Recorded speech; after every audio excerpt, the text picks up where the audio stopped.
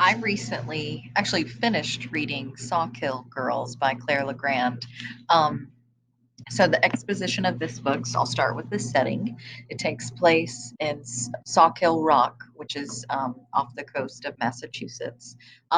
So it's like an island town where the people actually have to take a ferry over to, and it's described as being as looking like a rock with crags on the side. And there's always a wind blowing and very island lifey. Um, our characters are Marion, Zoe, and Val, and the story is actually told in alternating chapters.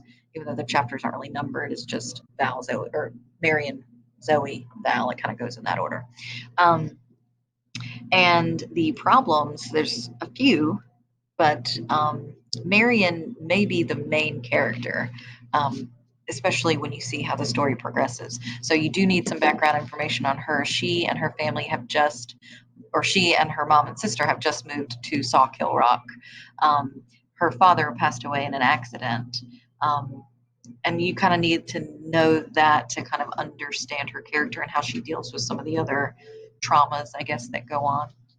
Um, but the first conflict for her, it's not a main conflict per se, but she feels sort of weird being in this new place, and her mom is about to be the housekeeper for this big rich family, and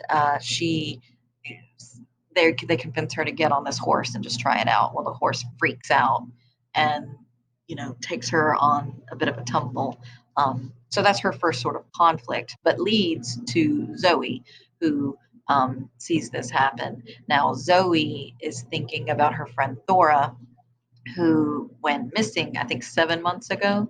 Um, and it's an unsolved mystery. Like the body has not been found. Nobody knows what happened.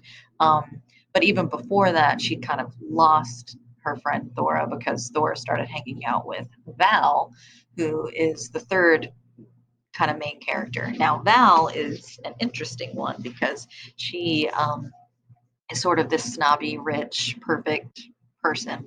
Um, but you are first introduced to her. She actually also witnesses the horse freaking out and Marion getting kind of dragged off. She survives. Like, I mean, that's not, it's just a thing that happens to her, but Val witnesses it.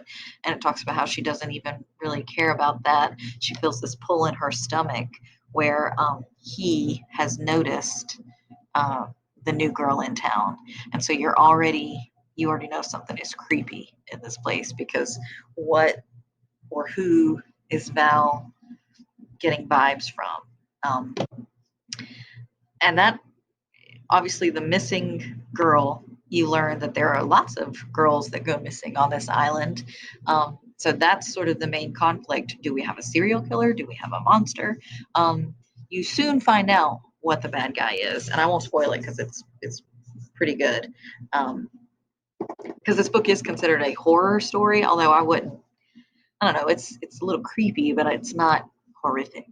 But anyways, that's all I want to say before I ruin too much. That's the exposition. So once you learn the hint of the creepiness coming in, it all starts to kind of unravel from there. So it's called Sawkill Girls by Claire Legrand. Oop,